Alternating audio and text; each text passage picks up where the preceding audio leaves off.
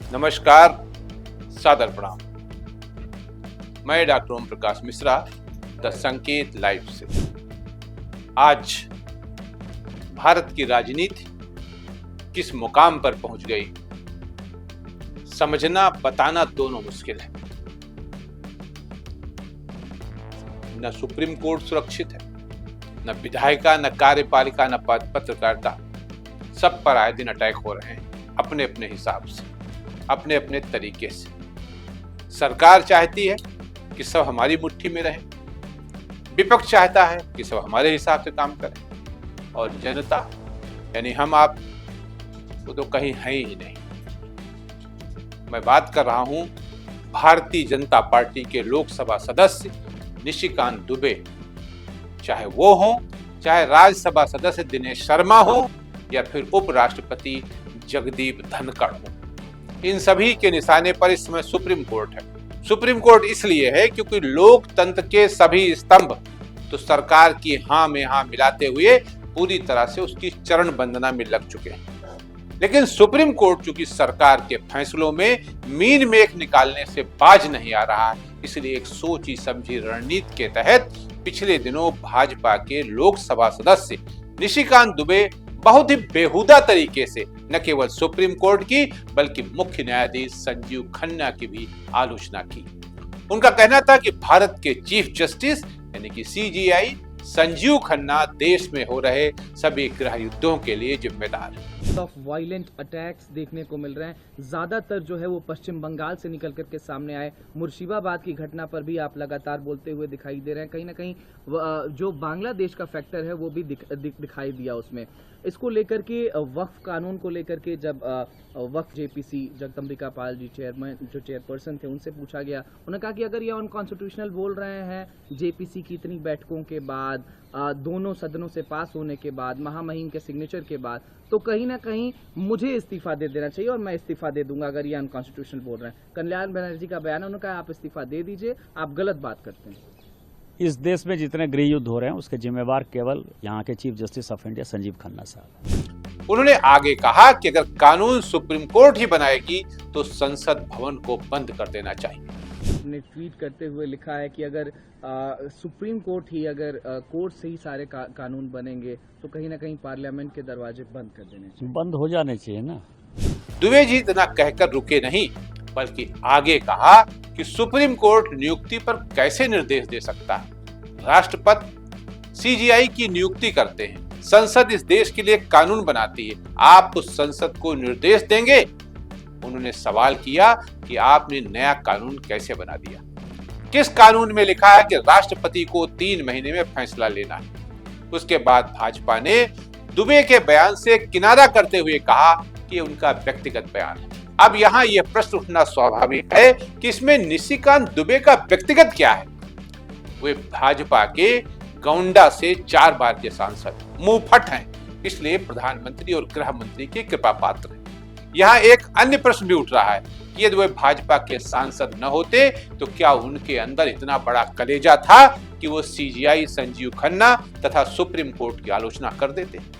क्या कोई सामान्य आदमी इस तरह का बयान दे सकता है? शायद नहीं, क्योंकि ये सीधे सीधे सुप्रीम कोर्ट की अवमानना है जिसमें 6 महीने की सजा और जुर्माने का प्रावधान। निशिकांत दुबे के बयान के बाद जो सवाल सबसे ज्यादा सोशल मीडिया पर ट्रेंड कर रहा है वो ये है कि यदि गृह युद्ध या धर्म युद्ध चल रहा है तो गृह मंत्री और गृह मंत्रालय क्या कर रहा है भारत सरकार का। इसी बीच उत्तर प्रदेश के मुख्यमंत्री योगी आदित्यनाथ का भी एक बयान चर्चा में है। ये बयान उन्होंने शनिवार को गोरखपुर में दिया था और कहा था कि कांग्रेस और सपा देश प्रदेश में जातीय संघर्ष करवाना चाहते हैं। लेकिन भारतीय जनता पार्टी ने बाबा साहब के सम्मान को आगे बढ़ाने के लिए, भारत रत्न का सम्मान हो, पंचतीर्थ हो, या फिर बाबा साहब के नाम पर चलने वाली अन्य अनेक योजनाओं को प्रभावी ढंग से क्रियान्वयन करने का काम यह भारतीय जनता पार्टी की है। और इसीलिए उन सभी विकास के मुद्दों से, लोक कल्याणकारी मुद्दों से, सामाजिक न्याय के इन महापुरोधाओं के प्रति किए गए सम्मान के मुद्दे से ध्यान भटकाने के लिए आज समाजवादी पार्टी और कांग्रेस देश के अंदर और प्रदेश के अंदर जातीय संघर्ष नया प्रारंभ करने का प्रयास कर रही है।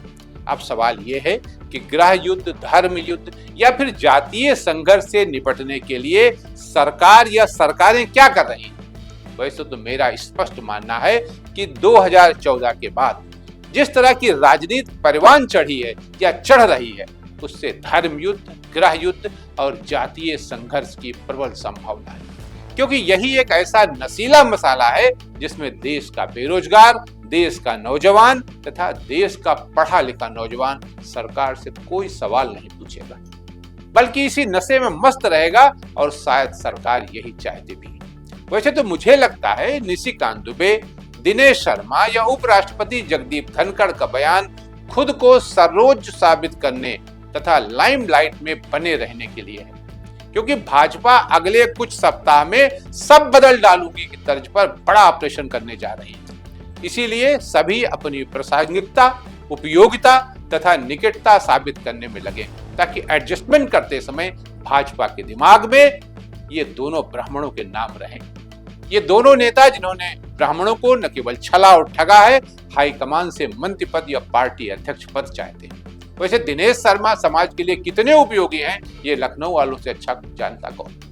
काम किसी का न करना लेकिन इनकार भी न करना, यह इनका राजनीतिक मिशन। इसी मिशन को अमली जामा पहनाने का काम योगी सरकार के एक अन्य उप मुख्यमंत्री आजकल लखनऊ में कर रहे हैं। विश्वस्त सूत्रों से प्राप्त जानकारी के अनुसार अभी से वे अपने लिए सुरक्षित सीट की तलाश में हैं, क्योंकि कैंट सीट के मतदाता शायद उनके मिशन को समझ चुके हैं। क्योंकि हम बात निशिकांत दुबे पर कर रहे थे, इसलिए उसी पर फिर आते हैं और बताते हैं कि दुबे जी वक्फ संशोधन अधिनियम पर सुप्रीम कोर्ट पर हो रही सुनवाई और उसके निर्देशों से काफी आहत है, क्योंकि सुप्रीम कोर्ट ने सरकार की आलोचना कर दी और फिलहाल स्टे भी दे दिया, जबकि सरकार चाहती थी कि जैसे CBI, ED, income tax, CBC, CAG तथा चुनाव आयोग उनकी हाँ में हाँ मिला रहा है, उसी तरह सीजीआई और सुप्रीम कोर्ट भी हाँ में हाँ मिलाए और जैसा जैसा सरकार चाहती है वैसा ही करे। लेकिन सीजीआई संजीव खन्ना शायद ऐसा करने के लिए तैयार नहीं हुए। यहाँ ये जानना आवश्यक है कि भारत में संसद, राष्ट्रपति या सुप्रीम कोर्ट सर्वोच्च नहीं है, बल्कि सर्वोच्च है भारत का संविधान और सभी को इसका पालन करना होता है। इसी संविधान ने सुप्रीम कोर्ट को संविधान की व्याख्या करने और उसकी सर्वोच्चता को कायम रखने का अधिकार दिया है। ऐसे में यह कहना कि सुप्रीम कोर्ट लोकसभा या राज्यसभा को निर्देशित नहीं कर सकती सही है, लेकिन समीक्षा तो कर सकती है ना, जबकि सरकार चाहती है कि उसकी समीक्षा भी न हो और सरकार ब्रह्मवाक्य जनार्दना बनकर रह जाए। आज के लिए इतना ही। नमस्कार।